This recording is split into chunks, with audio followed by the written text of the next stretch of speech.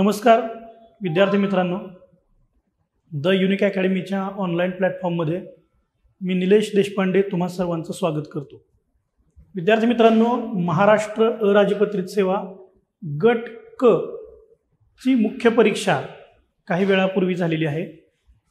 अत्यंत बहुप्रतीक्षित असलेली ही परीक्षा महाराष्ट्रातील तमाम विद्यार्थ्यांनी हा पेपर दिलेला आहे आणि या पेपरमधील पेपर क्रमांक 1 आणि त्यातील विषय मराठी, या मराठी विषयाचं आपण उत्तरांचं विश्लेषण, संभाव्य उत्तरे स्पष्टीकरणासह पाहणार आहोत। मित्रांनो, प्रश्न क्रमांक 1 दिलेला आहे की आपली पाठ आपणास दिसत नाही या वाक्यातील ध्वन्यार्थ पुढे दिलेला आहे, यातून पर्यायातून निवडा। बघा, आता प्रश्न अत्यंत सोपे दिलेले आहेत, पण घाई करणं हे विद्यार्थ्यांना अत्यंत चुकीचं ठरू शकतं। ज्यावेळी असे सोपे प्रश्न येतात त्यावेळी व्यवस्थित बघून सोडवायचे असतात। दुसऱ्याचे दोष दिसत नाहीत, स्वतःचे दोष स्वतःला दिसत नाहीत। खरं तर या दोन पर्यायांमध्ये ज्या विद्यार्थ्यांनी प्रमाणापेक्षा जास्त घाई केली असेल त्यांना चुकू शकतं। उत्तर येणार आहे पर्याय क्रमांक 2, स्वतःचे दोष स्वतःला दिसत नाहीत, म्हणजेच आपली पाठ आपणास दिसत नाही। पुढे, बंडा देसाईच्या अकाली निधनानंतर वाड्यातल्या बिराडाकडे वाड्याचा ताबा मिळवला। आता याचा अर्थ काय की एखाद्या व्यक्तीनं त्या ठिकाणी, ज्या ठिकाणी तो राहत होता, ती जागा कोणत्याही कष्टाविना मिळवलेली आहे। याचाच अर्थ आयत्या बिळावर नागोबा। आता याचा अर्थ बघा की आपल्या लक्षामध्ये येतं की आयत्या बिळावर नागोबा, तर इथं बऱ्याचदा घाई केली तर चोराच्या मनात चांदणे वाटू शकतं, पण हे येणार नाही। जास्त बरोबर काय येणार? आयत्या बिळात नागोबा, उत्तर पर्याय क्रमांक 3। पुढे बघा, उद्देशाचे प्रथमोपस्थित संघटक कोणते? खरं तर आजच्या या प्रश्नपत्रिकेमध्ये सरळ सरळ एका ओळींमध्ये प्रश्न विचारण्याची पद्धती मोठ्या प्रमाणामध्ये दिसते। यामध्ये जर आपण बघितलं उत्तर येतं मूळ उद्देश आणि उद्देश विस्तार। विद्यार्थी मित्रांनो, उद्देश म्हणजेच कर्ता आणि विधेय म्हणजे क्रियापद। आपल्याला उद्देश म्हणजे कर्ता आणि उद्देशाबद्दल अधिक माहिती सांगणारे वाक्यातील शब्द म्हणजे उद्देशाचा विस्तार। पुढे, उंचच्या उंच डोंगर चढताना लोंढे काकांच्या नाकी 9 आले। आता बघा, नाकी 9 आले या विधानातील वाक्प्रचाराचा अर्थ विचारलाय। तर खरं तर यामध्ये जर बघितलं आपण, पर्याय दिलाय पायाला गोळे येणे हे नाही, जीवात जीव येणे हे पण नाही, तर जीव टांगणीला लागणे आणि जीव कासावीस होणे, यापैकी जीव कासावीस होणे हा पर्याय जास्त बरोबर जरी असला तरी काही ठिकाणी जीव टांगणीला लागणे हे देखील दिल्याचं आढळतं। परिणामी उत्तर पर्याय क्रमांक 3 आणि 4 यापैकी एक उत्तर येऊ शकतं। बहुतांशी चौथा पर्याय उत्तर असू शकेल। प्रश्न क्रमांक 5, त्याने आपल्या मुलीला कालच सासरी पाठविली न। बघा, या वाक्यातील प्रयोग ओळखा। एकही प्रश्न शक्यतो वन लाइनर व्यतिरिक्त नाहीये, म्हणजे कॉन्सेप्च्युअल मोठे प्रश्न ज्याला म्हणतात तो शक्यतो नाहीयेत विचारलेले। याचं उत्तर येणार आहे पर्याय क्रमांक 2, कर्तृकर्म भावसंकर प्रयोग। खरं तर बऱ्याच विद्यार्थ्यांना कर्तृकर्मसंकर, कर्मभावसंकर आणि कर्तृभावसंकर प्रयोग याची जास्त ओळख असते, परंतु कर्तृकर्म भाव संकर म्हणजे कर्तरी प्रयोग, कर्मणी प्रयोग आणि भावी प्रयोग या सर्वांच्या छटा एकत्रितपणे ज्या विधानामध्ये केलेल्या असतात तो कर्तृकर्म। मग याचं स्पष्टीकरण काय आहे? तर जर कर्तृकर्म भाव प्रयोग येणार असेल तर वाक्यातील कर्ता तू तुम्ही असतो। मग वाक्यातील कर्ता तू तुम्ही पैकी त्याने, तू पासून त्याने। कर्म सप्रत्ययी आणि क्रियापद हे लास, लीस, लात आणि लित यापैकी असू शकतं। परिणामी हा पर्याय जास्त बरोबर येण्याची शक्यता आहे। लक्षामध्ये घ्या, जर हा पर्याय नाही बरोबर दिला तर कर्म भावसंकर येऊ शकतो, पण बहुतांशी पर्याय क्रमांक 2 उत्तर येणार आहे. पुढे 6, दुसऱ्याने आपल्या विरोधात तक्रार करण्यापूर्वी आपणच त्या विरोधात तक्रार करावी, हा आशय स्पष्ट करणारी म्हण ओळखा. तर यामध्ये उत्तर आहे अस्वला आधी आरोळी. म्हणी विचारलेल्या आहेत, अगदी एकाच ओळीमध्ये म्हणी विचारलेल्या आहेत. पर्याय जर बघितले तर ते बघून देखील आपल्याला कळतं. अटकळ्या देवा दंडवत, अदपाव भोपळा आणि 2.5 शेर तेल, औसाबाई तुझ्याकडे, पुनवबाई तुझ्याकडे. त्यामुळे लगेचच कळून जातं पर्याय क्रमांक 4 योग्य आहे. 7, गोडवा हा शब्द कोणत्या नामाचा प्रकार आहे? विद्यार्थी मित्रांनो, यत्व पणपणा ता ई की गिरी वा आई हे प्रत्यय लागून भाववाचक नामे बनतात. परिणामी गोडवा या ठिकाणी वा प्रत्यय लागला, याचा अर्थ हे भाववाचक नाम, पर्याय क्रमांक 4. पुढे शिडीवर चढून डबा काढ या वाक्यातील अधोरेखित शब्द कोणत्या प्रकारचा आहे? तर शिडीवर यामध्ये बघा, शिडी या नामाला वर हा शब्दयोगी अव्यय जोडला, म्हणजे नामाला जर एखादा शब्द किंवा एखादा अव्यय जोडून आलं तर ते शब्दयोगी अव्यय बनतं. परिणामी उत्तर पर्याय क्रमांक 2. सरळ सरळ व्याख्या विचारलेल्या दिसतात आपल्याला. मलिन या शब्दाचा विरुद्धार्थी शब्द खालीलपैकी कोणत्या वाक्यात दिलेला आहे? वाक्य दिलेले आहेत, स्वच्छतेचे पालन करावे. मलिनला विरुद्धार्थी शब्द स्वच्छ होणार नाही, तर तो एकच आहे, तो म्हणजे निर्मळ. याचा अर्थ पर्याय क्रमांक 4 निर्मळ अंतःकरणाने ती कधी वागलीच नाही. पुढे तो उत्तीर्ण झाल्यामुळे सर्वांना आनंद झाला या वाक्याचा प्रकार ओळखा. आता तो उत्तीर्ण झाल्यामुळे सर्वांना आनंद झाला, आता त्यांनी पर्याय बघा, संयुक्त वाक्य, केवल वाक्य, प्रश्नार्थी वाक्य आणि उद्गारार्थी वाक्य. विद्यार्थी मित्रांनो, प्रश्नचिन्ह नाही, प्रश्नार्थी वाक्य नाही, उद्गारवाचक चिन्ह नाही, उद्गारार्थी वाक्य नाही. मग संयुक्त वाक्य म्हणजे काय? की ज्या वाक्यामध्ये 2 प्रधानत्वबोधक उभयान्वयी अव्ययाने जोडलेली सर्व वाक्य संयुक्त असतात. तर इथं बघा, या ठिकाणी तुम्हाला कुठेही 2 प्रधान वाक्य दिसत नाहीत. परिणामी पर्याय क्रमांक 2 केवल वाक्य हा पर्याय योग्य. पुढे आता लक्षात घ्या की हे सगळे प्रश्न आपण सोडवत असताना आपल्याला एक लक्षामध्ये येतं की द युनिक अकॅडमी प्रकाशित मराठी व्याकरण, लेखक निलेश देशपांडे, या पुस्तकामध्ये दिलेला जो कंटेंट आहे, जो आशय आहे, त्याच आशयातील अनेक प्रश्न आजच्या या प्रश्नपत्रिकेमध्ये आल्याचं आपल्याला आढळतं. विद्यार्थी मित्रांनो, या पुस्तकामध्ये वेगळेपणानं काय दिलंय तर नवीन घटकांचा समावेश केलेला आहे. विभक्तीचे नियम, बहुव्रीही समासाचे नियम, अशा नवनवीन घटकांचा समावेश केलेला आहे. याही पुढे जाऊन आज या प्रश्नपत्रिकेमध्ये जे विविध शब्द शक्ती, शब्दसिद्धी याच्यावरती प्रश्न विचारलेले आहेत, त्याचा देखील संदर्भ या पुस्तकामध्ये योग्य त्या पद्धतीने आपल्याला लागतो.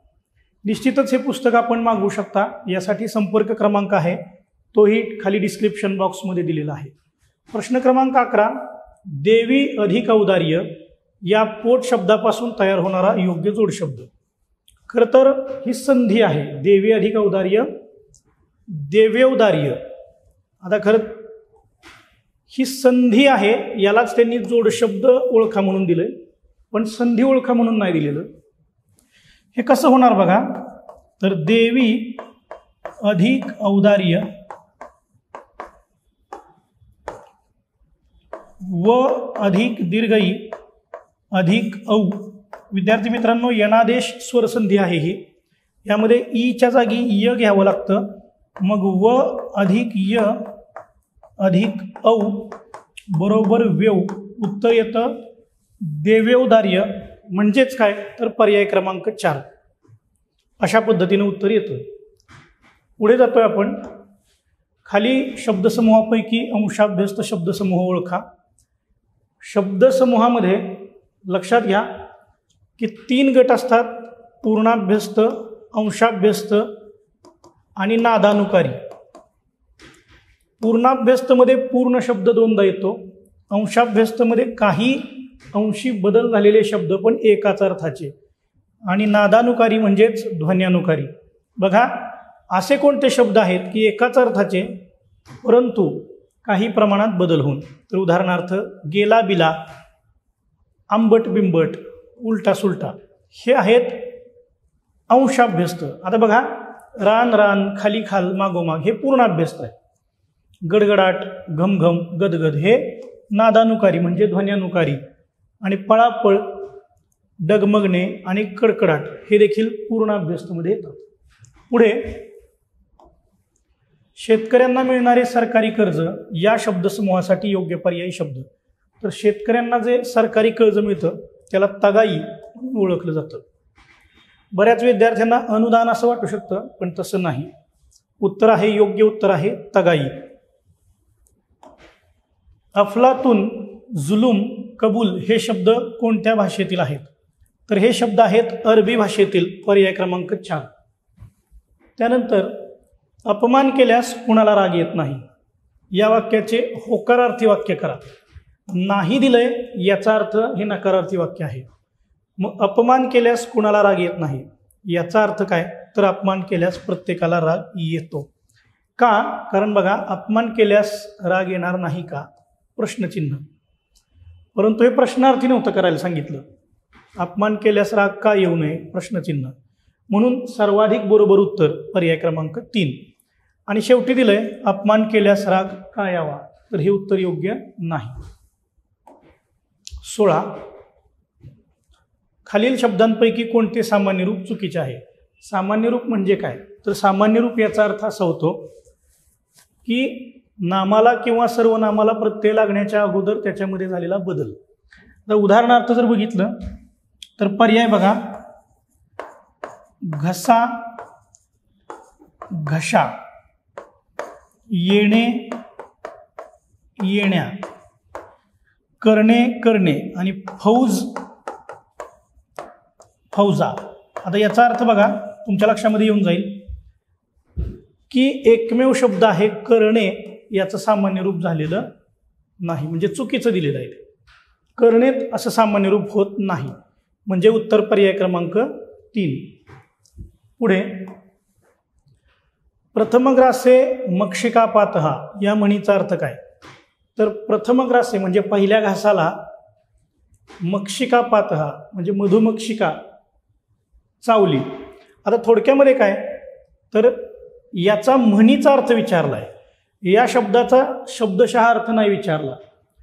त्याचा शब्दशः अर्थ वेगळा होतो, पण त्याचा म्हणीचा अर्थ जर बघितला तर एखादी चांगली गोष्ट सुरू होतानाच त्यात विघ्न येणे म्हणजे संकट येणे, हा त्याचा अर्थ. पुढे आई बापासारखीच मुले असतात हा आशय स्पष्ट करणारी म्हण ओळखा. विद्यार्थी मित्रांनो, म्हणी वाक्प्रचार समानार्थी विरुद्धार्थी मोठ्या प्रमाणात विचारल्याचं आपल्याला दिसतं. आई बापासारखी मुले दिसतात याचा अर्थ खाण तशी माती, यामध्ये अनुभवाच्या खाणी, बाप से बेटा सवाई आणि घरोघरी मातीच्या चुली येणार नाही, म्हणजेच पर्याय क्रमांक 3.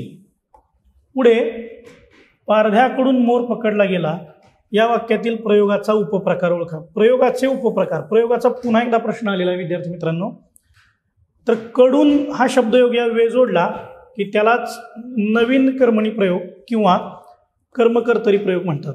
विद्यार्थी मित्रांनो, नवीन कर्मणी प्रयोग हा इंग्रजीतून मराठीमध्ये आलेला आहे. इंग्रजीतील पॅसिव्ह व्हॉइसचं मराठीमध्ये झालेलं भाषांतर म्हणजेच कर्मकर्तरी प्रयोग म्हणजेच नवीन कर्मणी प्रयोग असतो. उत्तर आहे पर्याय क्रमांक 3. पुढे तप घालीत बसणे या वाक्प्रचाराचा अर्थ. आता खरं तर यामध्ये तपश्चर्या करणे आणि प्रार्थना करणे हे तर काही ठिकाणी बरोबर दिलेलं आहे, पण अंतर्मुख होऊन बसणे हे देखील असण्याची शक्यता आहे. परिणामी याचं उत्तर निश्चितपणे देता येणार नाही. पुढे आतापर्यंत आपण जे बघितले प्रश्न पाठीमागं, प्रयोगाबद्दल असतील तर व्याकरणाबद्दल असतील, तर हे सगळ्या प्रश्नांचा संदर्भ जसाच्या तसा आपल्या पुस्तकामध्ये लागतो. विद्यार्थी मित्रांनो, हे पुस्तक तुम्हाला ऑनलाईन पद्धतीने मिळवण्यासाठी 77 75 08 33 44, पुन्हा एकदा सांगतो, 77 75 08 33 44 या क्रमांकावरती संपर्क करा. द युनिक अकॅडमी प्रकाशित मराठी व्याकरणाच्या या पुस्तकाच्या मधीलच बहुतांशी आजच्या प्रश्नपत्रिकेमध्ये प्रश्न आलेले आहेत। याच्या अगोदर देखील झालेल्या PSI मेन्स वगैरे या प्रश्नपत्रिकेमध्ये या पुस्तकातील व्याकरणाच्या प्रश्नांचा जसाच्या तसा संदर्भ येतो। पुढील शब्दांपैकी तत्सम शब्द ओळखा। आता तत्सम शब्द म्हणजे काय, तर तत्सम शब्द म्हणजे संस्कृत भाषेमधून मराठीमध्ये जसेच्या तसे आलेले शब्द। आता बघा यामध्ये जर बघितलं तर उत्सव हा जसाच्या तसा आलेला आहे। मग पान आलाय का, तर पर्णपासून पान, अग्नीपासून आग। विनंती हा शब्द तत्सम नाही आणि मग उत्तर येणार पर्याय क्रमांक 1। पुढे खालीलपैकी देशी शब्दांचा शब्दगट ओळखा। देशी शब्द म्हणजे काय, तर देशी शब्द म्हणजेच जे शब्द केवळ मराठीमध्येच तयार झालेले आहेत, ज्यांची उत्पत्ती आणि वापर मराठीमध्येच होतो। तर यामध्ये बघा बाजरी, चिमणी, बोका आणि ओसरी। विद्यार्थी मित्रांनो, पाठीमागे झालेल्या PSI मेन्सला सुद्धा बाजरी हा शब्द विचारला गेला आहे। या व्यतिरिक्त याच्यातले बरेचसे शब्द याच्या अगोदर विचारले गेलेत, उदाहरणार्थ ओसरी। यातून एक महत्त्वाची बाब मला तुम्हाला सांगायची ती म्हणजे रिपिटेशन। मराठी व्याकरण, मराठीचा अभ्यास करत असताना तुम्ही जेवढ्या जुन्या प्रश्नपत्रिका सोडवाल तेवढा मोठ्या प्रमाणामध्ये तुम्हाला फायदा होतो। याचा आजची प्रश्नपत्रिका जर तुम्ही पाहिली तर तुमच्या लक्षामध्ये येईल की ज्या विद्यार्थ्यांनी अगदी पाठीमागच्या 10 ते 15 वर्षातील सर्व प्रश्नपत्रिका ज्यांनी सोडवल्या त्या सर्वांनी लक्षात आलं असेल की यामध्ये बहुतांशी प्रश्नांचं रिपिटेशन मोठ्या प्रमाणात आहे। पर्याय क्रमांक 3 उत्तर असेल। पुढे जातोय आपण प्रश्न क्रमांक 23। जो गरीब असतो त्याला कलेची गोडी नसते आणि ज्याला कलेची गोडी असते त्याला अनुकूलता नसते, या वाक्याचा प्रकार। विद्यार्थी मित्रांनो, एक लक्षात घ्या की याच्यामध्ये जो तो असं दिलेलं आहे, तर जो तो, ज्याला त्याला, याचा अर्थ हे मिश्र वाक्य आहे। बघा मग यामध्ये बघा मिश्र वाक्य हा पर्याय 2 आणि 3 मध्ये दिलेला आहे आणि 4 मध्ये, म्हणजे पर्याय क्रमांक 1 कट झाला। त्यानंतर बघा आणि हे संयुक्त वाक्यामध्ये येतं, याचा अर्थ पर्याय क्रमांक 2 कट झाला। याचा अर्थ पर्याय क्रमांक बघा संयुक्त मिश्र वाक्य, मिश्र संयुक्त वाक्य हे जे आहे हे बरोबर येणार का, कारण की संयुक्त वाक्य जे आहे हे याच्यावरून कळतं हे संयुक्त वाक्य आहे आणि जो तो वरून कळतं हे मिश्र वाक्य आहे। याचा अर्थ पर्याय क्रमांक 2 बरोबर। पुन्हा एकदा लक्षात घ्या, केवळ मिश्र नाही कारण यामध्ये संयुक्त वाक्य आहे, केवळ वाक्याचा अंश यामध्ये नसल्यामुळे पर्याय क्रमांक 4 बाहेर पडतो। उत्तर येणार पर्याय क्रमांक 2। पुढे शब्दशः होणाऱ्या अर्थापेक्षा भिन्न आणि विशिष्ट अर्थाने रूढ होऊन बसलेल्या शब्दसमूहाला काय म्हणतात, तर याला म्हणतात वाक्प्रचार। बघा पुन्हा एकदा बघा, विशेषण म्हणजे काय, तर विशेषण याचा अर्थ असा होतो की नामाबद्दल विशेष माहिती सांगणाऱ्या शब्दाला विशेषण म्हणतात। वाक्प्रचाराची ही दिलेली म्हण आहे। शब्दशक्ती म्हणजे काय, तर शब्दशक्ती म्हणजे शब्दांच्या माध्यमातून तयार होणारे वेगवेगळे अर्थ। शब्दजाती म्हणजे काय, तर शब्दांचे वेगवेगळ्या प्रकारचे कार्य आणि त्यापासून तयार झालेले प्रकार। म्हणून उत्तर पर्याय क्रमांक 2। पुढे 25 खालीलपैकी कोणते देवनागरी लिपीचे वैशिष्ट्य आहे। विद्यार्थी मित्रांनो, हा प्रश्न उत्तर आयोग काय देतं याची आपल्याला वाट पाहणं गरजेचं आहे। थोडंसं एक्सप्लेन करतो। वर्णमालेचे वैज्ञानिक वर्गीकरण, तर निश्चितच वर्णमालेचे वैज्ञानिक वर्गीकरण केलेले आहे, पण असा कुठेही शास्त्रीय पुरावा नाहीये की हे वैज्ञानिक वर्गीकरण केलेले आहे म्हणून।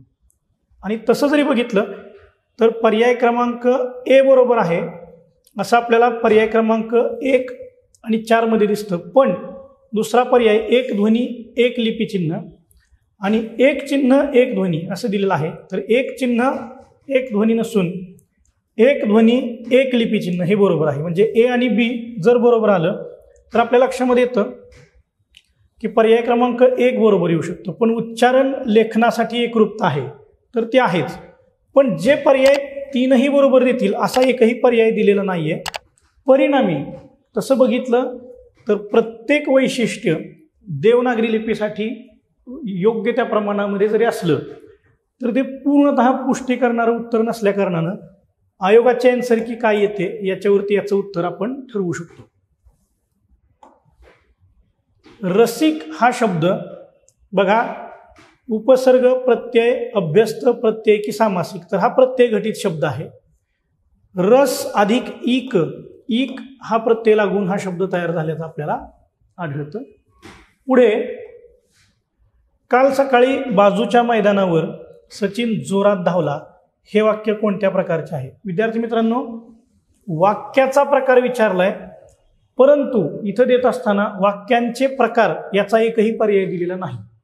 बघा पुन्हा एकदा, जो प्रश्न विचारलेला आहे त्यामध्ये त्यांनी विचारलंय की हे वाक्य कोणत्या प्रकारचे आहे, पण वाक्य कोणत्या प्रकारचे आहे म्हटलंय आणि वाक्यांच्या प्रकाराची उदाहरणं किंवा पर्याय दिलेले नाहीत. पण आपण जरी याची कोणत्या पर्यायासोबत पुष्टी होती का हे तपासलं.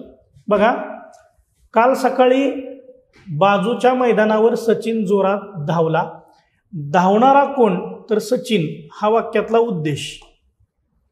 धावण्याची क्रिया सचिनवरच घडते, मग केव्हा धावला तर काल सकाळी धावला, म्हणजे हे आहे विधेय विस्तार. कोठे धावला? मैदानावर धावला. कोठे धावला? मैदानावर, हे देखील आहे विधेय विस्तार. बघा परत एकदा बघा, कसा धावला? जोरात धावला. आता याच्यामध्ये एक लक्षात येतं आपल्याला की बहुतांशी विधेय विस्तार याचं उत्तर आपल्याला जास्त मिळतं, पण विधीपूरक असं त्यांनी जे दिलेलं आहे ते काही प्रमाणामध्ये येऊ शकतं, पण कर्मविस्तार येणार नाही, कर्मपूरक येणार नाही आणि विधीपूरक येणार नाही. मी या प्रश्नाचं उत्तर एक देतोय, पण या हॅश का केलंय सांगतो, कारण त्यांनी विचारलंय की वाक्य कोणत्या प्रकारचे आहे, पण वाक्यांच्या प्रकारांचे पर्याय दिलेले नाहीयेत. पर्याय दिलेले आहेत वाक्य पृथक्करणातील वेगवेगळे पर्याय. पर्याय क्रमांक 1 उत्तर येऊ शकतं, जे की मी तुम्हाला एक्सप्लेन केलेलं आहे. पुढे,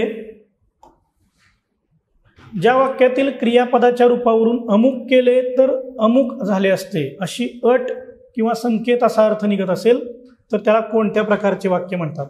अट म्हणजे संकेत, याला संकेतार्थी वाक्य असं म्हणतात. पर्याय क्रमांक 1 बरोबर आहे. याच्यामध्ये लक्षात घ्या, नेहमी जर तर जरी तरी अशी वाक्य असतात जेव्हा तेव्हा, जसे की जर आकाशात ढग जमले तर मोर नाचू लागतील. 29 बघा, मुंबईस जाताना खंडाळ्याजवळ उजाडले, हे वाक्य कोणत्या प्रयोगाचे लक्षण आहे? पुन्हा एकदा लक्षात घ्या मित्रांनो, प्रयोगावरती पुन्हा प्रश्न आलेला आहे. याच्या अगोदर आपण 2 ते 3 प्रश्न बघितले, हा पण प्रश्न आहे. मुंबईस जाताना खंडाळ्याजवळ उजाडले, मग उजाडले, गडगडते, धडधडते, मळमळते, चमचमले, हे भावकर्तरी प्रयोगाची उदाहरण आहे.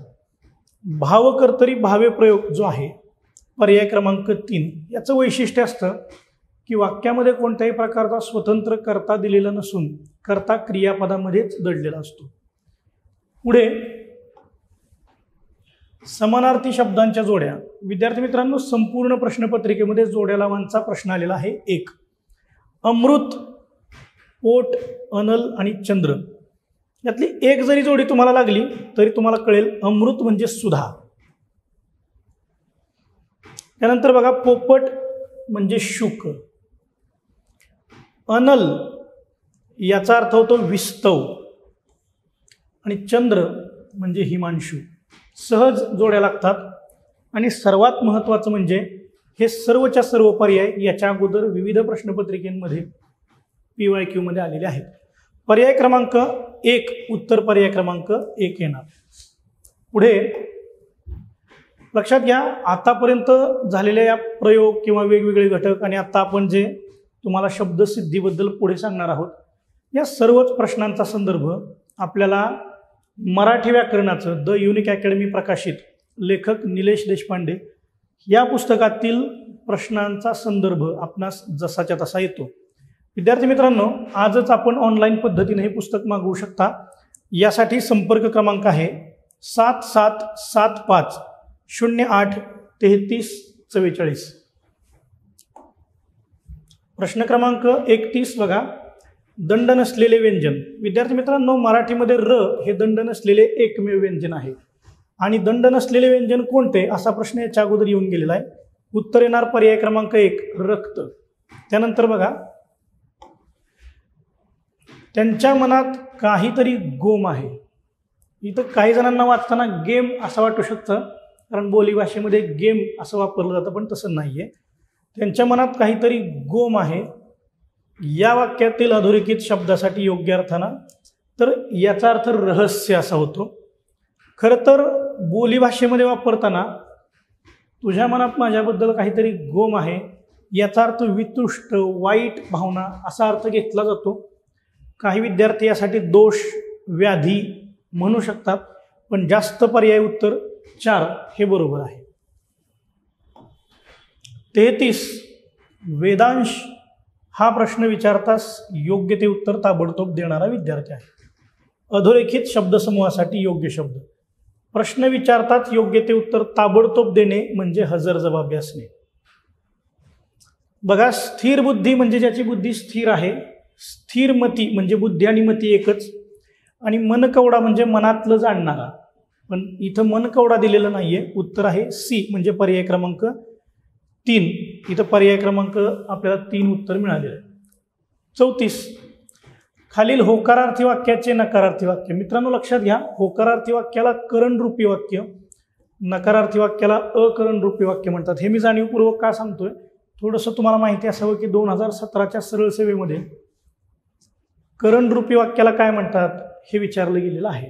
म्हणजे पुन्हा एकदा लक्षात घ्या, PYQ सगळे जुने प्रश्न नव्यानं आलेला आपल्याला दिसतं. पुन्हा एकदा बघा, या लोकांचे अज्ञान पाहून मला दुःख होते. मग या लोकांचे अज्ञान पाहून मला दुःख होते याचा अर्थ या लोकांचे अज्ञान पाहून मला सुख होत नाही हा पर्याय बरोबर येतो. दुःख यासाठी सुख हा विरुद्धार्थी शब्द आपल्याला घ्यावा लागतो. आणि बरेचदा असं वाटू शकतं तुम्हाला की या लोकांचे अज्ञान पाहून मला दुःख होत नाही. ज्यांनी अभ्यास केला नसेल ते हे निवडतील, पण हे उत्तर येणार नाही. पर्याय क्रमांक 4 बरोबर आहे. पुढे बघा, टिंबटिंब जगवले तरच भविष्यात प्राणवायू मिळणार आहे या वाक्यातील रिकाम्या जागी तत्सम शब्दाचा वापर करा. तत्सम शब्दाबद्दल पुन्हा एकदा प्रश्न आलेला आहे. तत्सम शब्द म्हणजे संस्कृत भाषेमधून मराठीमध्ये जसेच्या तसे आलेले प्रश्न. यामध्ये बघा, उत्तर पर्याय क्रमांक 2 वृक्ष. त्यानंतर 36 मुले मोजून पाहिली पण ती 20च भरली वाक्याचा प्रकार ओळखा. बघा, मुले मोजून पाहिली पण आलं की ते संयुक्त वाक्य असतं. दुसरी महत्त्वाची बाब, संयुक्त वाक्यामध्ये येणारी दोन्ही वाक्य ही प्रधान असतात, म्हणून वाक्य आहे संयुक्त वाक्य. केवळ वाक्यामध्ये केवळ कर्ता आणि क्रियापद दिलेलं असतं. मिश्र वाक्यामध्ये जर, तर, जरी, तरी आणि स्वार्थी वाक्यामध्ये फक्त काळाचा बोध होतो. पुढे 37 पत्नी या शब्दाला समानार्थी शब्द ओळखा. तर पत्नी या शब्दाला समानार्थी शब्द आहे कांता. त्यानंतर बघा, नामाच्या व सर्वनामाच्या ठिकाणी संख्या सुचवण्याचा जो धर्म असतो याला गुणधर्म असं म्हणतात. त्याला काय म्हणतात, तर त्याला म्हणतात वचन. मित्रांनो, वचन म्हणजेच संख्या. बाकी तुम्हाला सांगतो, आख्यात म्हणजे क्रियापद, कारकार्थ म्हणजे वाक्यातील नामाचा सर्वनामाचा क्रियापदाशी असलेला विभक्तीतील संबंध, पूरक म्हणजे वाक्यातील कर्ता आणि कर्म. जेव्हा वाक्यातील कर्ता आणि क्रियापद जेव्हा वाक्याचा अर्थ पूर्ण करण्यास असमर्थ ठरतात तेव्हा जो शब्द येतो तो पूरक. म्हणून वाक्यामध्ये हे उत्तर आहे वचन. 39 मी तुला रामकडून 5 रुपये देववीन या वाक्यातील क्रियापदाचा प्रकार. याचं उत्तर आहे प्रयोजक क्रियापद. आता यामध्ये लक्षात घ्या, तसं बघितलं तर प्रयोजक क्रियापदामध्ये काय होतं, तर कर्ता क्रिया स्वतः करत नसून ती कोणाकडून तरी करून घेतो. आता बघा, मी तुला रामकडून 5 रुपये देववीन. देवणारा कोण, देणारा आहे राम, म्हणून हे उत्तर बरोबर येतं. हाच जर प्रयोग विचारला तर कडून हा शब्दयोग या वेळ लावल्यामुळं नवीन कर्मणी प्रयोग होऊ शकतो. उत्तर आहे पर्याय क्रमांक 3. पुढे 40 धातूला विविध प्रत्यय लागून क्रिया अपुरी दाखवणाऱ्या शब्दांना काय म्हणतात? तर उत्तर आहे पर्याय क्रमांक 2 धातू साधिते. धातू साधिते म्हणजेच विद्यार्थी मित्रांनो कृदंत. धातू साधितांनाच काय म्हणतात? कृदंत. बघा धातू साधिते कशी ओळखायचे याचं एक छोटंसं उदाहरण बघूयात. उदाहरणार्थ सांगतो तुम्हाला. मुले पाण्यात पोहत असताना मी तिथे गेलो. मुले पाण्यात पोहत असताना मी तिथे गेलो. मग जाणारा कोण? मी. पण इथं बघा पोह पोह या धातूला त प्रत्यय लागलाय, पण या धातूने वाक्याचा अर्थ पूर्ण केलेला नाही, म्हणून याला धातू साधित किंवा कृदंत म्हणतात. नेहमी लक्षात घ्या, धातू साधितलाच कृदंत म्हणतात आणि धातू साधित वाक्याचा अर्थ पूर्ण करत नाही. धातू म्हणजे मूळ शब्द, विशेषण म्हणजे नामाबद्दल विशेष माहिती देणारा, आणि शक्य क्रियापद म्हणजे वाक्यामध्ये काहीतरी शक्य आहे. उदाहरणार्थ मला अभ्यास करवितो. पुढे लक्षात घ्या की आता ज्या प्रश्नांचा आपण संदर्भ बघितला ते प्रश्न दिलेल्या या पुस्तकाच्या आहे तशा रेफरन्समध्ये येतात. पुस्तक जर व्यवस्थितपणे बघितलं, व्यवस्थितपणे अभ्यासलं तर आपल्याला दिलेल्या प्रश्नांचा जसाच्या तसा संदर्भ या पुस्तकामध्ये लागतो. विद्यार्थी मित्रांनो, पुस्तकामध्ये तुम्हाला सर्व विषयांची उदाहरणं अत्यंत सोप्या शब्दामध्ये सगळ्या संकल्पना दिल्याचं आपल्याला दिसतं. आणि सगळ्यात महत्त्वाचं म्हणजे प्रत्येक घटकाच्या नंतर आपल्याला काही प्रमाणामध्ये योग्य ती महत्त्वाचे PYQ म्हणजे आयोगाचे उत्तर, आयोगाचे प्रश्न आणि त्यांची उत्तरं दिलेली आहेत. पुढे 41 कर्त्याची किंवा कर्माची क्रियापदाशी अशी जी जुळणी, ठेवण किंवा रचना तिला काय म्हणतात? तर तिला म्हणतात प्रयोग. म्हणजेच काय? कर्त्याचा आणि कर्माचा क्रियापदाशी असलेला संबंध म्हणजे प्रयोग. लक्षात घ्या, विभक्ती, धातू साधिते आणि आख्यात हे पर्याय दिलेत. विभक्ती म्हणजे काय? तर नामाचा आणि सर्वनामाचा एकमेकांशी संबंध येतो, त्याला विभक्तीचे प्रत्यय लागून संबंध येतो. धातू साधित म्हणजे कृदंत, आख्यात म्हणजे क्रियापद. उत्तर येणार पर्याय क्रमांक 4. 42 वाईट कृत्य करणाऱ्याला ते उघडकीस येईल की काय याची सतत भीती वाटते. या अर्थाची म्हण कोणती? तर चोराच्या मनामध्ये चांदणे. 43 हर्षचा विरुद्धार्थी शब्द कोणता? विरुद्धार्थी विचारला विद्यार्थी मित्रांनो, इथं आपण फसू शकतो, कारण हर्ष म्हणजे आनंद, मोद हे समानार्थी आहेत, हानी हा होत नाही, त्यामुळं 3 खेद हा उत्तर बरोबर आहे. पुढे 44 यावर्षी बाजारात सूर्यफुलाची खूप आवक आहे. या वाक्यातील अधोरेखित शब्दाचा विरुद्धार्थी. आवकचा विरुद्धार्थी शब्द आहे जावक. उत्तर पर्याय क्रमांक 2. त्यानंतर सोने या शब्दाला पर्यायी समानार्थी शब्द निवडा. तर सोने म्हणजेच कनक, सुवर्ण, हेम आणि कांचन हे पर्याय बरोबर येतात. परिणामी याचं उत्तर आहे पर्याय क्रमांक 4. सर्व पर्याय बरोबर. इथून पुढे त्यांनी उतारा दिला होता. उतारा 46 ते 50 हे प्रश्न उतार्याचे दिलेले आहेत.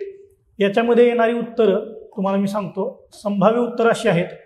भाषेचे अंतिम उपयोजन कोणते? तर याचं परिउत्तर 1 किंवा 2 यापैकी येऊ शकतं. त्यानंतर 47 सांस्कृतिक संक्रमणाचे महत्त्वाचे माध्यम कोणते? तर पर्याय क्रमांक 4 भाषा.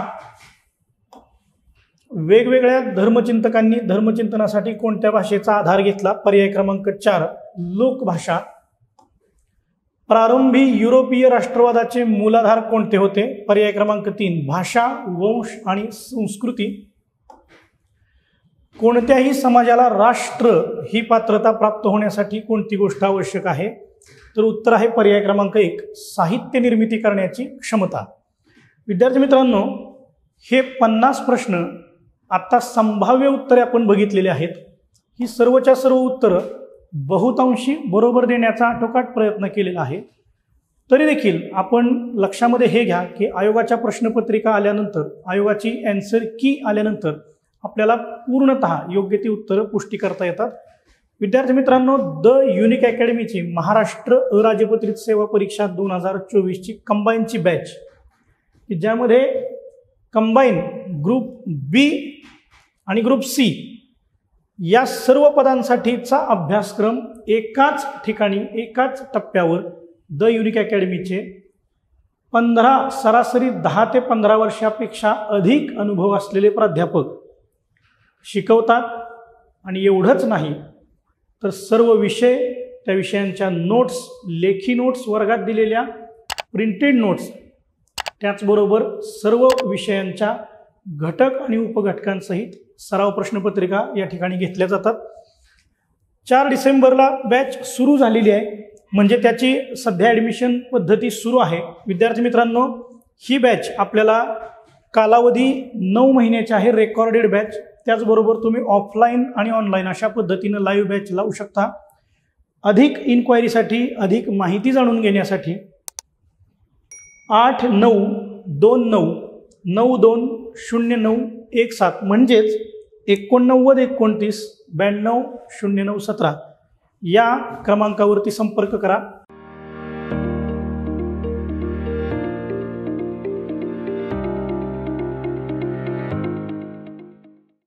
नमस्कार विद्यार्थी मित्रांनो, मी सचिन मेमाणे आणि द युनिक अकॅडमीच्या या प्लॅटफॉर्मवर आपणा सर्वांचं सहर्ष स्वागत करतो. मित्रांनो, आज महाराष्ट्र अराजपत्रित गट क या पदाची मुख्य परीक्षा पार पडली. या परीक्षेमध्ये जो पहिला पेपर होता, ज्याला आपण लँग्वेज पेपर असं म्हणतो, त्या लँग्वेज पेपरमध्ये पहिले 50 गुण हे मराठीचे होते आणि नंतरचे 50 गुण हे इंग्लिश या सब्जेक्टवर होते. या 50चा विचार जर आपण केला तर 50 पैकी जर आपण विभाजन प्रश्नांचं पाहिलं तर 25 क्वेश्चन्स हे इंग्लिश ग्रामर होते, अराउंड 19 ते 20 क्वेश्चन्स हे आपले इंग्लिश व्होकॅब्युलरी या पार्टवर होते आणि 5 क्वेश्चन्स हे आपले रिडिंग कॉम्प्रिहेन्शनच्या पार्टवर होते.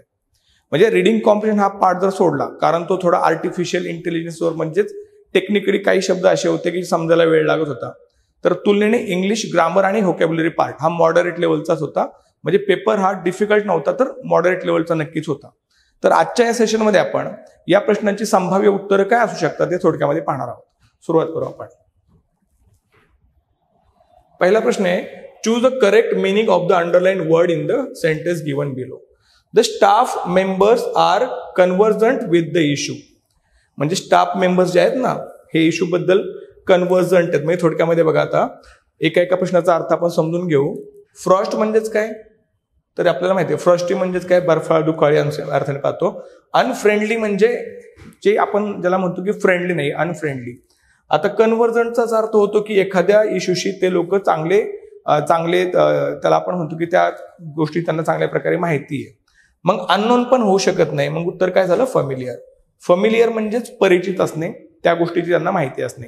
तर या प्रश्नाचं उत्तर ऑप्शन क्रमांक 4 असेल. Okay, let's move to the next one.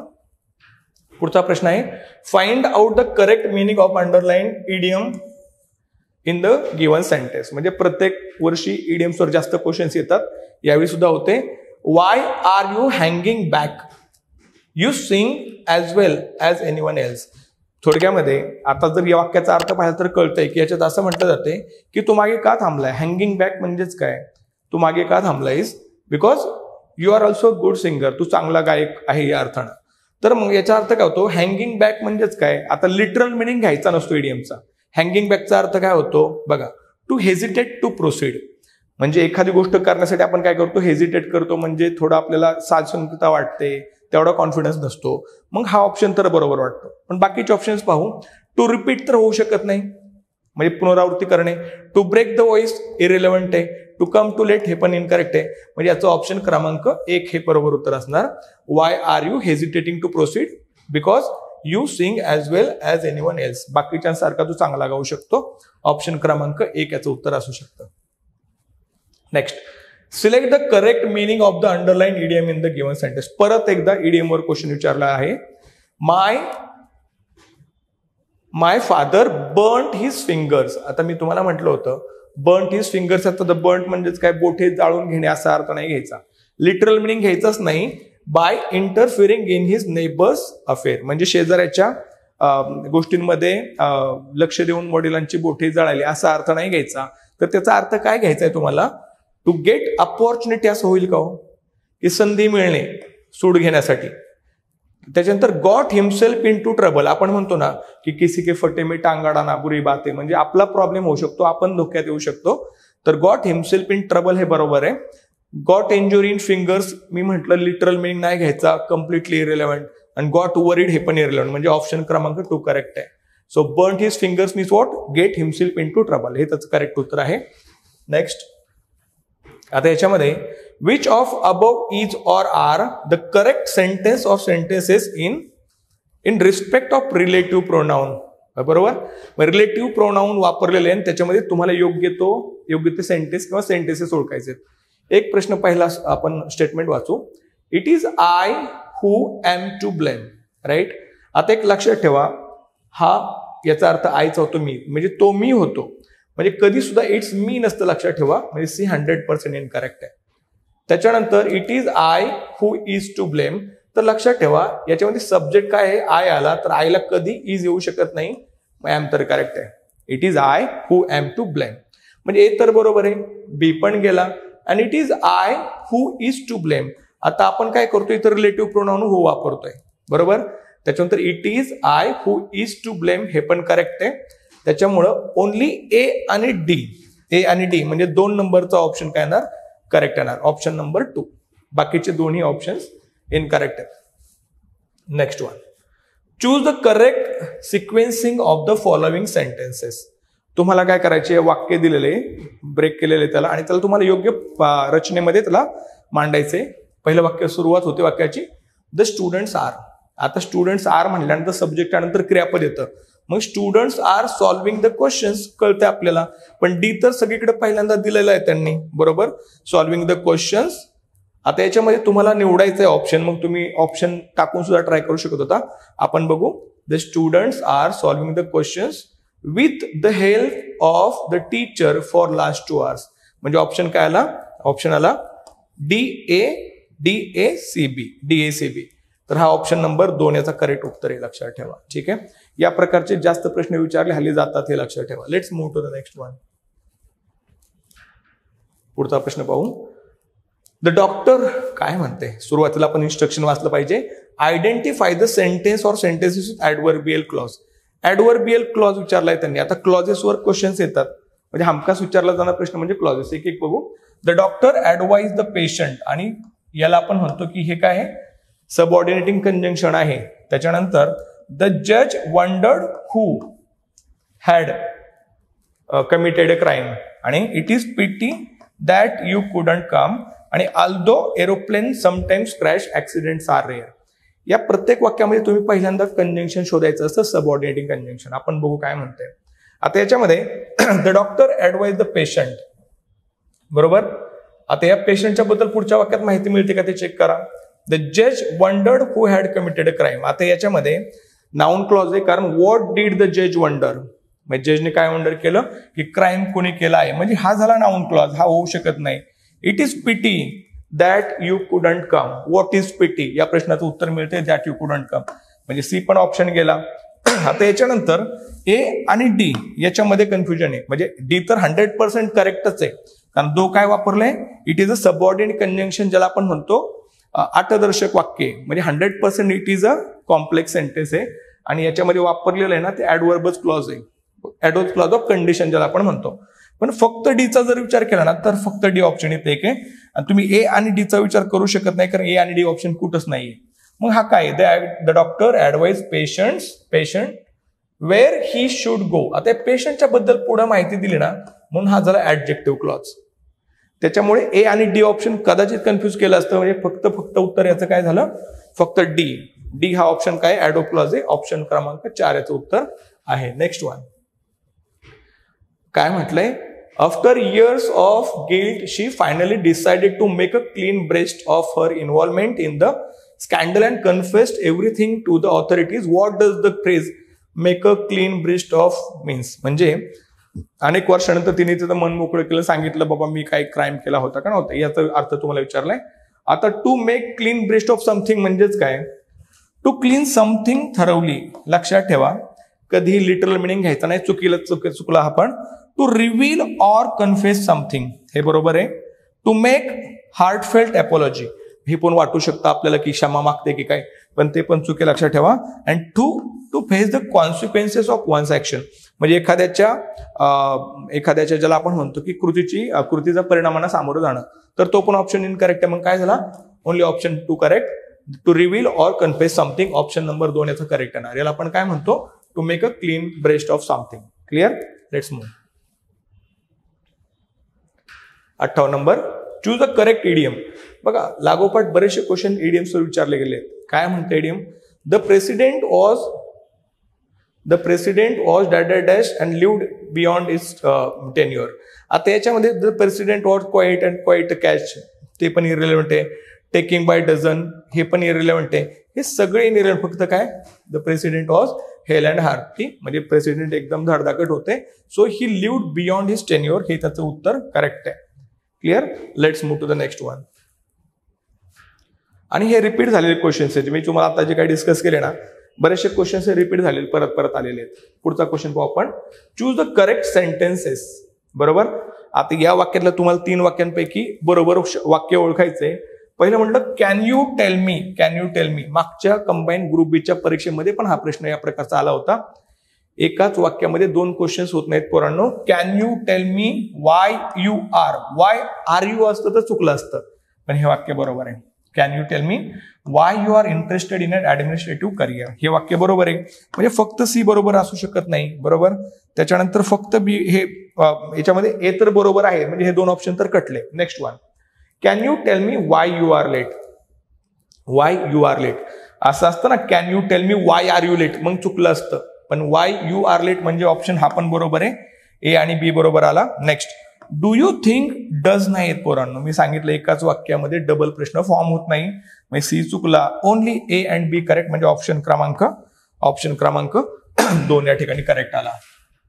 Next, those who are in art of flattery make a rapid progress in life, म्हणजे ज्या लोकांना आयुष्यामध्ये खुशामत करता येते लोकांचे ना, ते लोक काय करतात, आयुष्यामध्ये जास्त पटपट यशस्वी होतात. ज्याला आपण काय म्हणतो, चमचेगिरी वगैरे काय म्हणा तुम्ही. तर select the correct word to make sentence meaningful. आता याच्यामध्ये त्याला आपण काय म्हणतो की काय करतात ते परिस्थिती, म्हणजे अशा प्रकारचे जे लोक असतात त्या लोकांना काय म्हणायचं, तर ते बघा एक लक्षात ठेवा. अडॉप्टचा अर्थ होतो दत्तक घेणे.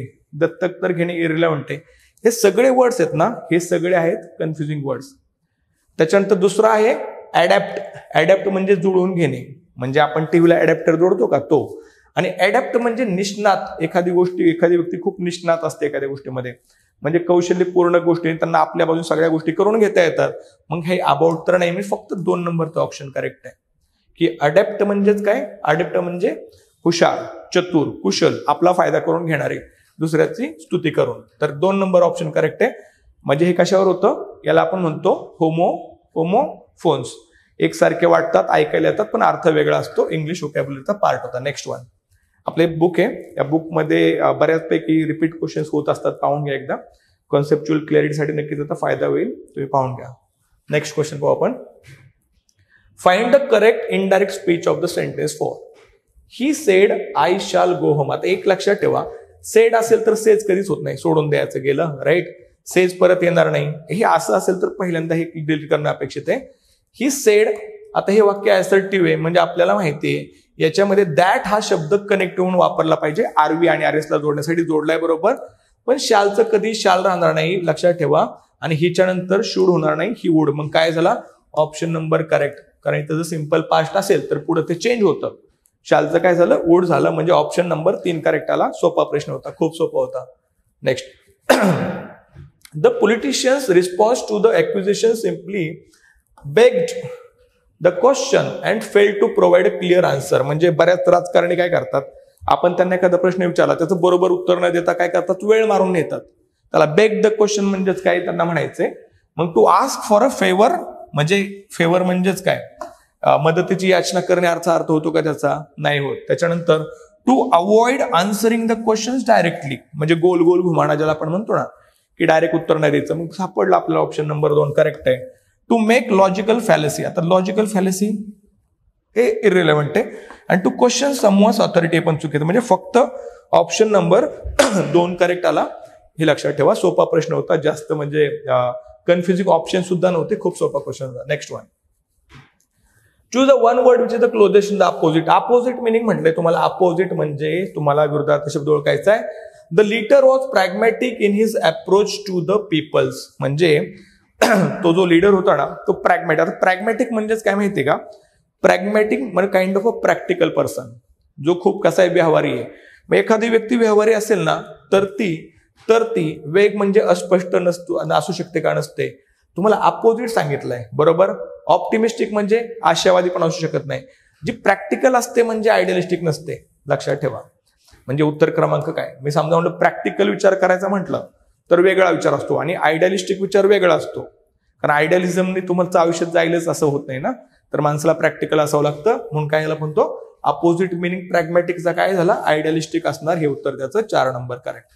Next one, choose the meaning of underline idiom. परत एकदा इडियमवर 3-4 बरेचसे क्वेश्चन येऊन गेलेत. How can you trust a man who plays fast and loose. म्हणजे वाक्यातच कळते तुम्ही अशा माणसावर कसा विश्वास ठेवू शकता जो फास्ट अँड लूज. आता फास्ट अँड लूज म्हणजे परत एकदा लिटरल मिनिंग घेऊन नाही चालणार. काय म्हणायचंय, करप्ट नेचर असं कुठं म्हटलंय का त्यांनी. आता हे निगेटिव्ह आहे एवढं तर कळतं, फास्ट अँड लूज म्हणजे निगेटिव्ह, पण करप्ट नेचर नाही म्हणता येणार. हु इज नॉट एक्झिस्टिंग, जो अस्तित्वात नाही असं होऊ शकतं का. हा खूपच इररिलेव्हंट पार्ट होता. नेक्स्ट वन, विशियस म्हणजे ज्याला आपण कपटी विषारी माणूस म्हणतो. आणि says one thing and does another, म्हणजे एखादी व्यक्ती बोलते एक आणि करते एक, म्हणजे ज्याला आपण म्हणतो की किसी के कथनी और करणे में अंतर होता है, ज्याला आपण काय म्हणतो प्लेस फास्ट अँड लूज. म्हणजे त्याच्यावर तुम्हाला अंदाज येत नाही. म्हणजे ऑप्शन क्रमांक 4 हे खूप सोपा होता, अवघड त्याच्यामध्ये काही नव्हतं. नेक्स्ट 65, काय म्हटलंय, स्पॉट द एरर. म्हणजे या प्रकारचे क्वेश्चन्स बँकिंगला विचारले जातात. तुम्हाला वाक्य वाचायचंय आणि त्यातला चुकीचा भाग ओळखायचा आहे. इट इज ऑलवेज डिझायरेबल, बरोबर आहे. काय चुकलंय, it is always desirable to listen, टूच्या नंतर लिसन बरोबर आहे. To the advise who have extensive practical experience. एक लक्षात ठेवा, हे जोडलं हू ने, म्हणजे हू म्हणून काय वापरतोय आपण, we are using this who as a relative pronoun. मग हू कोणासाठी वापरलं जातं, व्यक्तीसाठी वापरलं जातं. म्हणजे त्या ऍडवाइस म्हणजे सल्ल्यासाठी नाही वापरलं जाणार. काय पाहिजे होतं, it is always desirable to listen the person who has extensive practical experience. इथं पाहिजे होतं पर्सन, म्हणजे बी ऑप्शन तुमचा काय झाला इनकरेक्ट. म्हणजे बी मध्ये एरर आहे, ऍडवाइज असू शकत नाही. ऍडवाइज असतं तर तिथं विच किंवा दॅट यायला पाहिजे होतं. Next one, second number option मध्ये इनकरेक्ट. नेक्स्ट मॅचिंग आहे, खूप सोपा.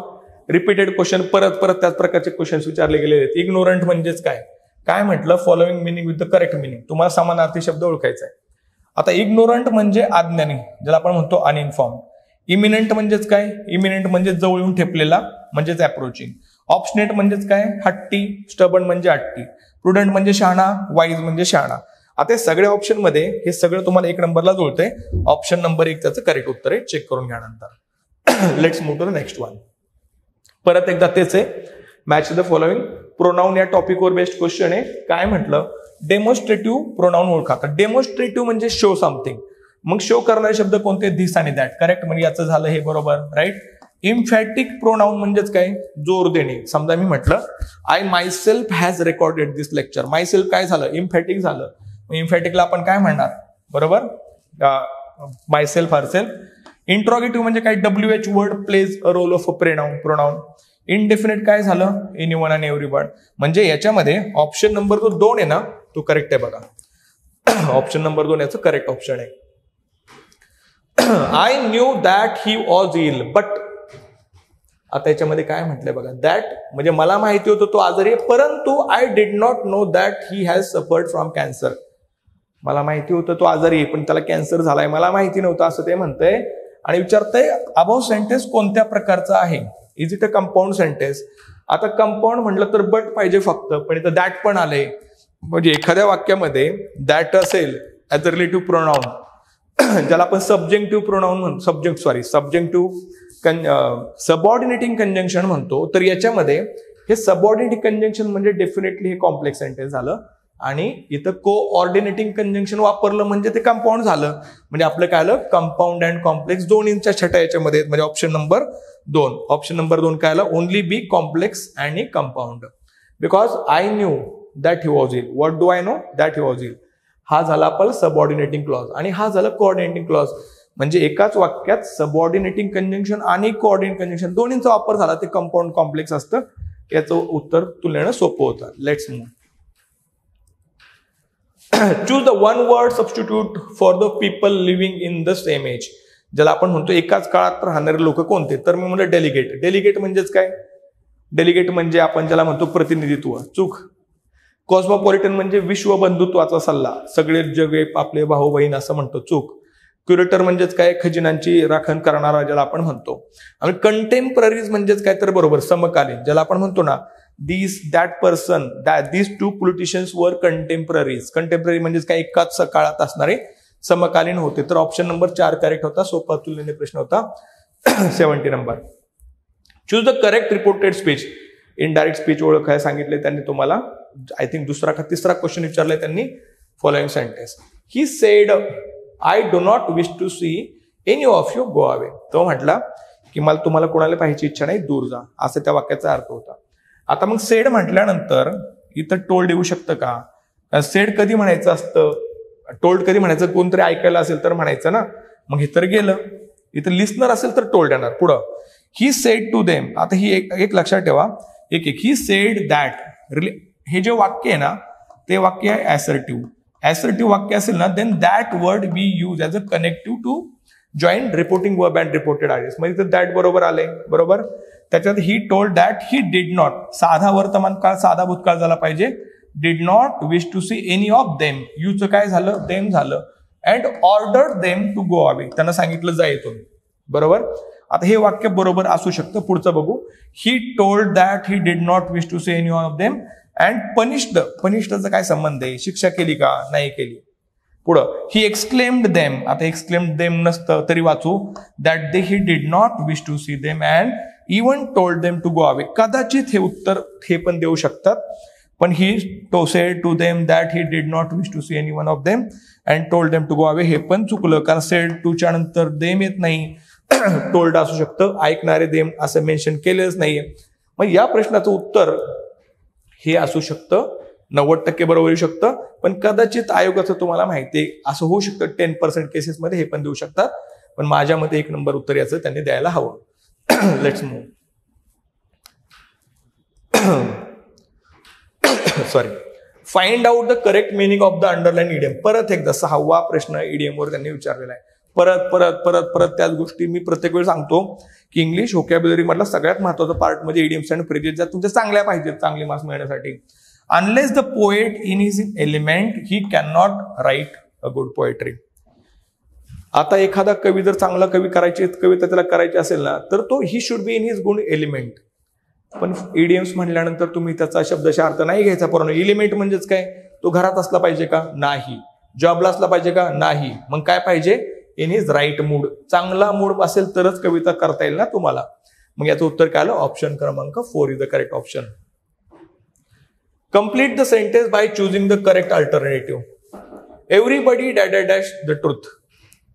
आता this question is based on the topic called modal auxiliary verb. याच्यामध्ये तुम्हाला काय करायचे, कर्त्यानंतर योग्य तो क्रियापद वापरायचे. एक लक्षात ठेवा, ही विल स्पीक असं नसतं, ही मे स्पीक असं नसतं. आलं का लक्षात. आता ह्याच्यामध्ये सांगितलं की प्रत्येकाने सत्य बोललं पाहिजे. हे काय असतो, सल्ला असतो. आणि सल्ला देण्यासाठी आपण शुड वापरतो. लक्षात ठेवा, ऑप्शन नंबर 1 करेक्ट आहे. आपण म्हणतो ना we should respect our parents, same way everybody should speak the truth. Option number 1 correct आहे. बाकीचे मॉडल ऑक्झिलरी वर्ब हे कम्प्लिटली इररिलेव्हंट आहेत. Let's move. Identify the verb form of underline word in the following sentence. Swimming is a good exercise. मी तुम्हाला सांगितलं होतं याला verbal noun म्हणतात. जे वाक्याच्या सुरुवातीला येतं, ज्याचं मराठी ट्रान्सलेशन करताना ने किंवा ना येतं. Swimming is a good exercise. पोहणे किंवा तैरना एक अच्छा एक्सरसाइज होता है, याला आपण म्हणतो जेरण म्हणतो. वर्बल नाउन याला आपण तो वर्बल नाउन. ऑप्शन क्रमांक 2 करेक्ट आला. सोपं होतं आणि रिपीट झालेला क्वेश्चन आहे. बरेचसे क्वेश्चन रिपीटेड होते. Let's move to the next one. Select the idiom that means to try achieve to something that is difficult to unlikely. म्हणजे एखादी गोष्ट अशी करण्याची गोष्ट करणे की try to achieve something that is difficult or unlikely. अशी एखादी गोष्ट करायचा प्रयत्न करणे जी खूप अवघड आहे किंवा थोडी अशक्यप्राय पण अवघड आहे. To turn over a new leaf, नवा अध्याय चालू करणे इरेलेव्हंट आहे. थ्रो इन द टॉवेल, काही संबंध नाही. बीट द डेड हॉर्स, आता बीट द डेड हॉर्स म्हणजे try to do something which is impossible to do. मग काय राहिलं, रिच फॉर द टार्स. म्हणजे आता याचा अर्थ होतो रिच फॉर द टार्स म्हणजेच काय की चांदण्यापर्यंत जायचा प्रयत्न करणे, म्हणजे एखादी अवघड गोष्ट करण्याचा प्रयत्न करणे. 4 नंबर ऑप्शन त्याचा करेक्ट येणार. Next one, choose the idiom that means to reveal a secret or confidential information. सोपं होतं. आता ब्रेक द आईस म्हणजेच काय माहितीये का, ब्रेक द आईस म्हणजे एखादं वातावरण रिलॅक्स करणे, right. Next, let the cat out of the bag, हे करेक्ट उत्तर आहे पोरांनो, की एखादं गुपित उघड करणे म्हणजेच काय, let the cat out of the bag. Bite the bullet म्हणजे एखादी अवघड गोष्टचा करायचा प्रयत्न करणे. आणि hit the nail on the head म्हणजे काय, एखादी गोष्ट अगदी बरोबर करणे. हे ऑप्शन सगळे चूक. गोष्ट उघड करणे म्हणजेच काय, ज्याला आपण म्हणतो cat, let the cat out of the bag, sorry. So option number 2 correct. Next one, fill in the blanks. Many people are painting, आता ह्याच्यामध्ये परत तो सेंटेन्स रिअरेंजमेंटचा क्वेश्चन आहे. Many people are painting their, आता ह्याच्यामध्ये बघा, their houses with these days. आता many people are painting their houses, आता पेंटिंग काय पेंट करतायत, तर त्यांची घरं पेंट करतायत. कशाने पेंट करतायत, व्हाईट कलरने हल्ली करतायत. तर याच्यामध्ये हे बाकीचे तर इरिलेव्हंट आहेत, म्हणजे ऑप्शन नंबर 3 करेक्ट यायला हवा. Let's move. Yes, find out the meaning of the word under in the following sentence. आता याच्यामध्ये एकच शब्द वेगवेगळ्या अर्थाने वापरला, याला आपण म्हणतो होमोनिम्स. मग एकाच अर्थाचे 2 वेगवेगळे अर्थ होतात. पहिला पाहून घ्या की she is for ever interrupting the conversation. आता ती सारखं काय करत होती, कन्व्हर्सेशन इंटरप्ट करत होती. म्हणजे प्रिव्हियसली असेल का हो, सोडून द्या. ऑफिशियली इंटरप्ट करता येते का, नाहीये. परमनंटली नाही, तर मग काय एंडलेसली कंटिन्यू काय ना काहीतरी बोलत होती, हे आलं. आणि she has left him for ever, कायमचं सोडून गेल त्याला, म्हणजेच काय, परमनंट म्हणजे फॉर एव्हरचा दोन्ही अर्थ जर पाहिला तर ऑप्शन क्रमांक 3 या ठिकाणी तुमचा करेक्ट आला. नेक्स्ट वन, परत ऑप्शन करायचे, मॅच करायचे बघा. सोपा आहे, प्रश्न येऊन गेलेला आहे परत एकदा. अल्टार म्हणजेच काय माहितीये का, अल्टार म्हणजे प्लेस ऑफ वर्शिप, ज्याला देवाच्या समोर जो ओटा असतो ना त्याला पूजेची जागा ते म्हणतो. अल्टर म्हणजेच काय, चेंज करणे. अफेक्शन म्हणजे काय, प्रेम, डेडिकेशन, इमोशन, लाइकिंग, राईट. आणि अफेक्टेशन म्हणजेच काय तर ढोंग करणे. म्हणजे हे सगळ्या जोड्या खूप सोप्या होत्या. ऑप्शन नंबर 3 याचा करेक्ट आलेला आहे. Let's move. If I had wings I would come flying to you. जर मला पंख असते तर मी तुझ्याकडे उडत उडत आलो असतो. याला कंडिशनल सेंटेन्स म्हणतो. हे नेहमी विचारले जातात. Which of the following express the same sentence, काय म्हणायचंय त्याला, एक लक्षात ठेवा, ही गोष्ट शक्य आहे का. म्हणजे इम्प्रॉबेबल कंडिशन नाहीये, प्रॉबेबल पण नाहीये, लाईकली पण नाही, होऊ शकते का, म्हणजेच काय, इम्पॉसिबल कंडिशन आहे. म्हणजे कंडिशनल सेंटेन्सच आहे. मग त्याच्यात प्रॉबेबिलिटी असते, हायपोथेटिकल आउटकम असतं, हायपोथेटिकल सिच्युएशन असते, इम्प्रॉबेबल सिच्युएशन असते, आणि एक असते इम्पॉसिबल सिच्युएशन. ऑप्शन नंबर काय आला, ओनली 2 नंबरचा ऑप्शन म्हणजे ए ऑप्शन करेक्ट आला बघा तिथं तो. Next, he must be asleep for there is no light in his room. तो झोपलेला असेल कारण त्याच्या रूम मधून लाईट दिसत नाही, असा अर्थ होतो त्याचा. काय म्हटलंय वरच्या वाक्यामध्ये, काय एक्सप्रेस केलं जाते, काय म्हणायचं तुम्हाला, मला सांगा. या फॉर हे काय कंजंक्शन वापरलंय ना त्यांनी, त्यातून काय मेन्शन करते ते, तर एक लक्षात ठेवा की तो त्याच्या रूम मधली लाईट बंद आहे, म्हणजे तो झोपलेला असेल, आपण इन्फरन्स म्हणतो. कॉन्ट्रास्ट, विरोधाभास नाही, ऍडिशन काही नाहीये, फक्त खूप सोपं होतं. आणि this type of conjunction call illative conjunction. Option number 2 correct आहे. सोपा प्रश्न होता खूप. पुस्तकामध्ये आपण इंग्लिश व्होकॅब्युलरी ह्या पार्टमध्ये आपण ज्याला स्पेशल म्हणतो की वर्ड फॉर्मेशन, मॉडेल ऑफ, त्याच्यानंतर homonyms, homograph, confusion words, one word substitution, बरेचसे शब्द दिले. त्याच्या बाहेरचे प्रश्न बऱ्याच वेळा येतच नाहीत, मी असं म्हणेल. तुम्ही कोणताही क्वेश्चन पेपर पाहून घ्या, तर आवडेल तुम्हाला बुक, नंतर तुम्ही पाहून घ्या. Let's move. Find out the correct synonym of the tranquillity. Tranquillity म्हणजे शांतता, बरं का, तुम्हाला शब्द माहिती पाहिजे. आता ॲगिटेटेड म्हणजे एखादी गोष्ट चवताळलेला किंवा उतावळा झालेला, तर हे चुकलं. अँग्री म्हणजे रागावलेला. डिस्टर्ब म्हणजे गोंधळलेला, त्या डिस्टर्ब म्हणतो ना आपण. दुसरं काय झाला, क्वाईट. ऑप्शन 3 करेक्ट आहे. क्वाईट म्हणजे शांत आणि ट्रँक्युलिटी म्हणजे सुद्धा शांतता. सोपा होता. Next one, choose the correct option of the underline word in the following sentence. The government must cut down. आता कट डाऊन माहितीये, गव्हर्नमेंट कायमच त्यांचा खर्च कमी करत असतं. तुम्हाला माहिती आहे एमपीएससी पोरांना नोकर भरती कमी करते, राईट. मग कट डाऊन करतं म्हणजेच काय करतो, ऑप्टेन म्हणजे मिळवणे चूक, इन्क्रीज वाढवणे चूक, रेड्यूस म्हणजे कमी करणे. म्हणजे काय ऑप्शन आला, स्टॉप पण होऊ शकत नाही. Third option. सोपा प्रश्न होता. Let's move. त्याच्यानंतर पुढचा प्रश्न आहे identify the wrong spelled word from the following words. चुकीचा शब्द. आता ऍक्सेप्ट म्हणजे स्वीकारणे, बरोबर आहे ना, राईट ना. अट्रॅक्ट म्हणजे आकर्षित करणे, बरोबर आहे. आरव म्हणजे आगमन होतं. एन्शियंटचं स्पेलिंग चुकलंय पूर्ण. काय पाहिजे होतं, ANCIENT. एन्शियंट ज्याला आपण म्हणतो प्राचीन ना, तर ते ऑप्शन चुकलेलं आहे. ऑप्शन नंबर 4 त्याचा चुकीचा आहे, म्हणजे ओनली बी. खूप सोपा प्रश्न होता. एन्शियंट हिस्ट्री वगैरे तुम्ही वाचलं असेल. Next find out the correct option. Question tag विचार तुम्हाला. They will fail. आता ओंट दे पाहिजे. कुठे दिसते ओंट दे, बघा माहिती आपल्याला. पॉझिटिव्हचा निगेटिव्ह होतो. विल दे होईल का, नाही होणार. ओनंट दे होईल का, नाही. मग काय झाला, won't they. C option correct, only C म्हणजे ऑप्शन क्रमांक 4 करेक्ट आला. पॉझिटिव्हचा निगेटिव्ह. सोपा क्वेश्चन टॅग, खूप सोपा होता. Let's move. Match the following word. Correct meaning ओळखायचंय. परत त्यांनी विचारले शब्दाच्या वर जोड्या लावा. आता डॉक्टर बाबासाहेब आंबेडकर यांचा इनहेलिशन ऑफ कास्ट हा ग्रंथ तुम्ही ऐकला असेल, वाचला असेल. तर इनहेलिट करणे म्हणजेच काय, to destroy something, right. Celibacy म्हणजे ज्याला ब्रह्मचारी म्हणतो. ब्रह्मचारी म्हणजे state of being remaining unmarried, आयुष्यभर ब्रह्मचारी राहणे. आता फटिग ड्रायव्हर म्हणजे कंटाळलेले ड्रायव्हर तुम्ही ऐकलं असेल. इनफर्टिगेबल म्हणजे काय, was incapable of being tired. Somnambulist म्हणजेच काय, the one who walks in sleep, म्हणजे ऑप्शन नंबर 4 करेक्ट याचा. सोपा प्रश्न होता. Next one. Fill in the blank with the correct pair of article. Article वापरायचे, सोपं होतं. याच्यामध्ये असं जर शब्द असेल ना, तर तिथं द आर्टिकल येतं. The United Kingdom, the United Nations, आणि हे पण द आहे. ऑप्शन नंबर 2 करेक्ट आलायचा. ठीक आहे. पुढचा शब्द आहे बघा, पुढचं वाक्य वाचून घ्या एकदा, read it carefully.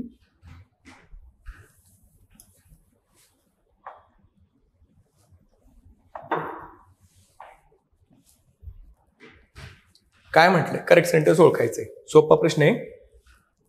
I met Renu after I had finished my work. म्हणजे एखादी क्रिया, 2 क्रिया वाक्यात झाल्या, तर जी क्रिया अगोदर घडते ना ती पूर्ण भूतकाळात असते. मग हे वाक्य बरोबर आहे. बरोबर. When I first seeing him. Seeing कधीच होत नाही पोरांनो. सी सॉ सिम, हे सीइंग हा शब्द चुकीचा आहे. मग बी चुकलं ना, तो पोरांनो बी काढून टाकलं. Next one. He joined after having his dinner. इथं हॅड नाही येणार, हॅव्हिंग हिज डिनर यायला पाहिजे. म्हणजे हा वाटतोय बरोबर, पण तो चुकला. काय पाहिजे होतं, he joined after he had his dinner, किंवा he joined after having his dinner. मग हा प्रश्न चुकीचा वाटतो. कदाचित ए सी बरोबर देऊ शकतात, पण माझ्या मते फक्त आणि फक्त ए त्यांनी बरोबर दिला पाहिजे. Option number 1. ठीक आहे. Let's move. Pronoun are singular. कोणते प्रोनाउन सिंग्युलर असतात? अरे रेसिप्रोकल म्हणजेच काय, each other, one another, right. तर ते 2 तर प्लुरल त्याच्यानंतर येतच. सिंग्युलर विचारले कोणते एक क्वेश्चन असतात. रिलेटिव्ह असतं का, म्हणजे the boys who are playing झालं प्लुरल, नाही होत. पर्सनल प्रोनाउन असतात का, दे आर प्लेयर्स, नाही होत. मग डिस्ट्रीब्युटिव्ह असतात फक्त आणि फक्त डिस्ट्रीब्युटिव्ह. D option. म्हणजे इच, एव्हरी यासारखे सर्वनाम हे नेहमी सिंग्युलर असतात, distributive. Next one. Identify the grammatically correct sentence म्हटलंय. काय म्हटलं, this is the man whom we all respect. हा तोच व्यक्ती आहे ज्याचा आम्ही सगळेजण रिस्पेक्ट करतो, राईट. नेक्स्ट आहे I don't know Y she like dog. आता लक्षात ठेवा, आय डोंट नो साधा वर्तमान काळ आहे ना, इथं लाईक्स नाही ना पूर्ण, वाय शी लाईक्स डॉग, म्हणजे हे वाक्य चुकलं. ठीक आहे. His endeavours. आता एंडेवर्स म्हणजे प्रयत्न, मग प्रयत्नासाठी काय वापरणार, दे. मग देच्या नंतर नीड्स येत नाही, द्यायच्या नंतर नीड येतं, मग हे पण वाक्य चुकलं. To be rewarded. आणि give me some food which I made, याच्यामध्ये रिलेटिव्ह प्रोनाउन बरोबर वापरले, म्हणजे ए आणि डी ऑप्शन करेक्ट पाहिजे. ए आणि डी कुठं आलाय, 3 नंबर ऑप्शन म्हणजे ए आणि डी. लक्षात ठेवा, सब्जेक्ट आणि वर्ब ॲग्रीमेंट आणि रिलेटिव्ह प्रोनाउनचं ज्ञान असणारा पोरगा याला डील करू शकत होता. सोपा प्रश्न होता. 90. After years of searching for answer she had an epiphany. हा शब्द अंडरलाईन आहे. And finally understood the true meaning of happiness and of searching for the answers she had an epiphany and finally understood. Okay, म्हणजे याचा अर्थ त्यांनी विचारलाय काय असू शकतो. तर याचा epiphany म्हणजेच काय माहितीये का, याला म्हणतो की अनेक वर्ष काम केल्यानंतर त्याला अचानक समजलं की आयुष्यामध्ये दुसरं काहीच नाही, सडन रिअलाइज झालं की आत्मा अमर आहे, शरीर नश्वर आहे. म्हणजे याला काय म्हणतो, a sudden realisation or insight. Insight म्हणजे अचानक जी ज्ञानप्राप्ती होते ज्याला असं म्हणतो. तर ऑप्शन सोपा होता, या वाक्याच्या अनुषंगाने तुम्हाला लगेच त्याला क्लिक करता येत होतं. नेक्स्ट वन, पुस्तकाची वैशिष्ट्ये पाहून घ्या तुम्ही. याच्यामध्ये आपण PYQ पण दिले, प्रत्येक टॉपिकच्या खाली PYQ सुद्धा पाहायला मिळते तुम्हाला. PYQ म्हणजे आत्ताच्या वर्षापासून सुरुवात आणि मागच्या काही म्हणजे अपडेटेड क्वेश्चन्स राहतील. खूप जुने क्वेश्चन दिले नाहीत तर त्यासाठी तुम्हाला वेगळं पुस्तक घेण्याची गरज पडणार नाही. So this one book will be more than enough for your purpose. Let's move to the next one. Fill in the blank with the correct option given below. खूप सोपं होत आहे. Manisha will that the prize which is declared by yesterday. Manisha काय करेल, price accept म्हणजे शिवाय. कसं काय शिवाय, एक्सेप्ट स्पेलिंग चुकलंय. एक्सपेक्ट म्हणजे काय, अपेक्षा, बरोबर ना. मग काय हे स्पेलिंग चुकलंय, म्हणजे ऍक्सेप्ट, मनीषा प्राइज ऍक्सेप्ट करेल, स्वीकारेल. याला काय म्हणतो, याला आपण म्हणतो कन्फ्युजिंग वर्ड्स. ठीक आहे. नेक्स्ट, सोपं होता. Had he not Saint money on time the poor. आता लक्षात ठेवा, हे कंडिशनल सेंटेन्सचा मगाशी की इम्पॉसिबल कंडिशन होतं ना, इफ आय हॅड विंग्स, त्या प्रकारचं कंडिशनल सेंटेन्स नेहमी कोणत्याही परीक्षेमध्ये दरवेळेस विचारले जातात. याच्यामध्ये काय म्हटलंय, पहिल्या वाक्यात जर पूर्ण भूतकाळ असेल ना तर पुढच्या वाक्यात would have, could have plus V3 असतं. आले ना, had he not sent the money, पूर्ण भूतकाळ. मग पुढे काय आलं पाहिजे, the poor farmer would have lost his son. Will तर येणार नाही, बीन येणार नाही, वुड लॉस्ट येणार नाही. मग ऑप्शन कोणता आला. खूप सोपा आणि खूप परत विचारला जाणारा प्रश्न होता. Next, choose the correct sentences. सोपा होता. आता हा जो क्वेश्चन ना तो बेस्ट चेंज द डिग्री टॉपिकवर. Her work is superior than नसतं, superior to, inferior to, junior to, senior to, prior to, preferable to. तर हा तर चुकला, सुपिरियरच्या नंतर दॅन कधी येत नाही. ए ऑप्शन 100% चुकला. मग ए गेला म्हणजे दोन्ही गेले. This photograph is better of the two. दोन मध्ये जर तुलना असेल ना तर ते वाक्य कम्पॅरेटिव्ह मध्ये असतं. वाक्य माझं बरोबर आहे. दोन मध्ये तुलना असेल तर ते वाक्य सुपरलेटिव्ह मध्ये होत नाही. बरोबर आलं. This little girl is better than clever. एक लक्षात ठेवा, एकाच व्यक्तीच्या दोन गुणांची तुलना केली असते. If you are trying to make comparison between two qualities of a same person ना, मग इथं काय पाहिजे होतं, this girl is more better पाहिजे होतं, मोर बेटर दॅन क्लेवर. म्हणजे हे पण चुकलं. ऑप्शन फक्त कोणता बरोबर आला, ऑप्शन फक्त एक नंबरचा बरोबर आला. ओनली बी ऑप्शन करेक्ट आहे. फक्त आणि फक्त बी ऑप्शन करेक्ट आला. Let's move.